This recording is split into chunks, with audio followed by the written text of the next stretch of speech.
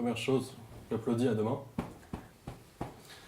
Deuxième chose, je pense qu'au stade où on en est, on peut abattre la bête, qu'elle souffre trop. Je pense qu'on parle souvent de ça dans les médias. C'est pas bien de faire souffrir les animaux.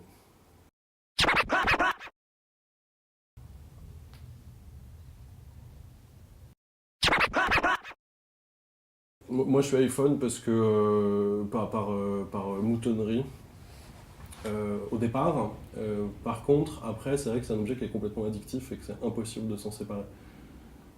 Ma plus grande crainte de ces 2 dernières semaines, c'était que mes mises à jour se faisaient plus et que mes sauvegardes ne se faisaient plus. Moi, toute ma vie, tout mon boulot est dans mon téléphone. Si je le perds, c'est comme perdre les clés de chez moi de façon irrévocable, quoi. Écoutez, oui, parce que pour l'instant, ils sont jamais venus me voir. J'ai eu à peu près tous leurs amis, mais pour l'instant, les URSSAF Des amis ont été gentils. Et, Oui, j'ai eu des contrôles fiscaux, j'ai eu tout un tas de choses qui d'ailleurs se sont très bien passées. Comme quoi, on peut survivre à l'économie sans être malhonnête. Et en plus validé par l'État, ce qui est quand même pas si mal.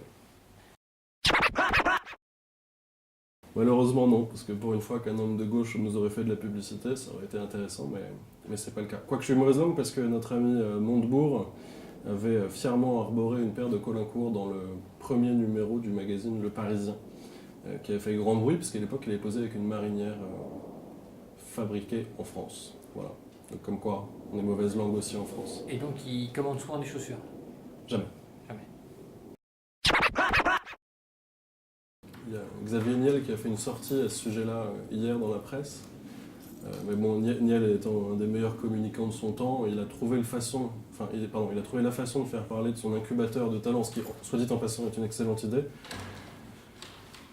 Dans la provocation, il faut toujours monter d'un cran si on veut continuer à être entendu, hein, c'est le principe du houlou-houlou.